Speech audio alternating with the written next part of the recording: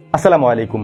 আজকে আপনাদেরকে এমন একটি তথ্য দিব যেটা শুনলে বা জানলে আপনি নিজেও অবাক হবেন। আপনি যদি ইউটিউবে কোরআন তেলাওয়াত শুনে থাকেন তাহলে এই ভিডিওটি আপনার জন্য সতর্কতামূলক। আপনি যদি ইউটিউবে কোরআন তেলাওয়াত শুনে থাকেন তাহলে আপনিও কালা জাদুর শিকার হতে পারেন, ব্ল্যাক ম্যাজিকের শিকার হতে পারেন। তাহলে এখন আপনি আমাকে বলতে পারেন যে ভাই এটার সত্যতা কতটুকু? এটাই মূলত আজকে আমি আপনাদেরকে বলার চেষ্টা করব।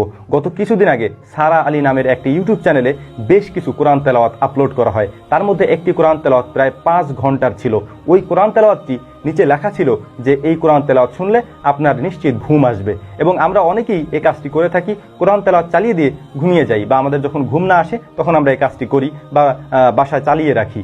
এই ক্ষেত্রে যে বিষয়টি হয়েছে সেইটা হচ্ছে, এই কোরআন তেলাওয়াতটি যখন আরবি এক্সপার্টরা রিসার্চ করেছিল এবং তারা যখন এটা সম্পর্কে জানতে পেরেছিল তখন এটাতে অবাক করার মতো কিছু ঘটনা ঘটেছিল। আর সেই ঘটনাগুলি হচ্ছে, এই কোরআন তেলাওয়াতের পিছনে একটি মেয়ের কণ্ঠ শোনা যাচ্ছিল, যা খুবই অবাক করার মতো একটি বিষয় ছিল। এবং যে ভাষাগুলি ইউজ করা হয়েছিল ওই ভাষাগুলি শুনে অনেকেই অবাক হয়েছেন, যে ভাষাগুলি কালা জাদু বা ব্ল্যাক ম্যাজিকের ক্ষেত্রে ব্যবহার করা হয়। ওই ভিডিও দেখার পরে আরবি এক্সপার্টরা আরও জানিয়েছিলেন এই ভিডিওতে স্পষ্টতই কোরআন তেলাওয়াতের ক্ষেত্রে অনেকগুলি আয়াতকে উলট পালট করা হয়েছে এবং ঘুরিয়ে দেওয়া হয়েছে।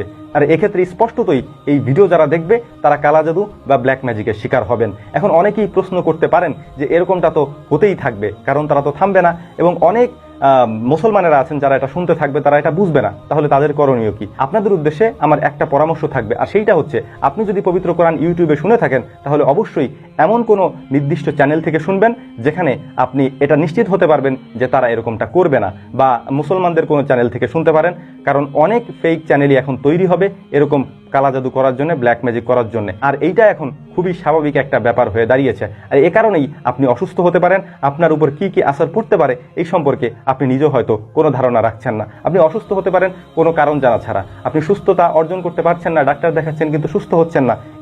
এইটার কারণেও হতে পারে। অতএব যারা ইউটিউবে কোরআন তেলাওয়াত শুনেন অবশ্যই যাচাই বাছাই করে এমন কোনো চ্যানেল থেকে শুনবেন যেখান থেকে আপনি স্পষ্ট হতে পারবেন যে এখানে তারা ভুল বলছে না। আর সব থেকে বড় পরামর্শ আপনাদের জন্য হচ্ছে, আপনি নিজে কোরআন পড়তে শিখুন, নিজে কোরআন রিসার্চ করতে শিখুন এবং নিজে কোরআনের অর্থ করতে শিখুন। তাহলে আপনি এই ধোকার মধ্যে পড়বেন না ইনশাআল্লাহ। এখন এই বিষয়টি আপনাদেরকে আমি আবারও বলার চেষ্টা করতেছি, সবাইকে সতর্ক করছি, যারা পবিত্র কোরআন ইউটিউব থেকে শুনেন এবং সেখান থেকে শুনে শুনে হয়তো রাতে কেউ ঘুমানোর সময় চালিয়ে রাখেন, অথবা কেউ হাঁটতেছেন চলতেছেন কানের ভিতরের মধ্যে ইয়ারফোন দিয়ে রাখছেন, এভাবে যারা শুনেন তাদের জন্য একটা সতর্কতা। সেইটা হচ্ছে, আমি আবারও বলছি, আবারও রিপিট করছি, নির্দিষ্ট এবং অথেন্টিক এমন কোনো জায়গা থেকে আপনি শুনবেন যেটা একেবারে 100% পিওর, যেখানে কোনো জিনিস মিলানোর কোনো সুযোগ থাকে না। যেমন হারামাইন শরীফের তেলাওয়াত আপনি শুনতে পারেন, এবং সৌদি আরবের আব্দুর রহমান সুদাইসের তেলাওয়াত আপনি শুনতে পারেন। এবং অবশ্যই খেয়াল রাখবেন ব্যাকগ্রাউন্ডে যেন একেবারে ফ্রেশ থাকে, কোনো কিছু না থাকে। এই বিষয়গুলি খুব সতর্কতার সাথে শোনার চেষ্টা করবেন, কারণ আপনি যদি এর দ্বারা ব্ল্যাক ম্যাজিকে আক্রান্ত হন তাহলে এটা থেকে বেরিয়ে আসতে আপনার যুগ যুগ লেগে যেতে পারে, আপনি নাও বেরিয়ে আসতে পারেন। এটা এমন একটা কঠিন জিনিস। আশা করি এই বিষয়গুলি আল্লাহ তাআলা আমাদেরকে বোঝার তৌফিক দান করবেন, এবং এ ধরনের ফিতনা থেকে আল্লাহ তাআলা আমাদেরকে বেঁচে থাকার তৌফিক দান করবেন, এবং সবাইকে আল্লাহ তাআলা তার নিজ কুদরতের মাধ্যমে হেফাজত করবেন ইনশাআল্লাহ। এই বিষয়গুলি আল্লাহ তাআলা আমাদেরকে বোঝার তৌফিক দান করুন। ওয়া মা তৌফিকি ইল্লা বিল্লাহ, নাসরুম মিনাল্লাহি ফাতহুন কারীব, ওয়া আখিরু দাওয়ানা আনিল হামদুলিল্লাহি রাব্বিল আলামিন।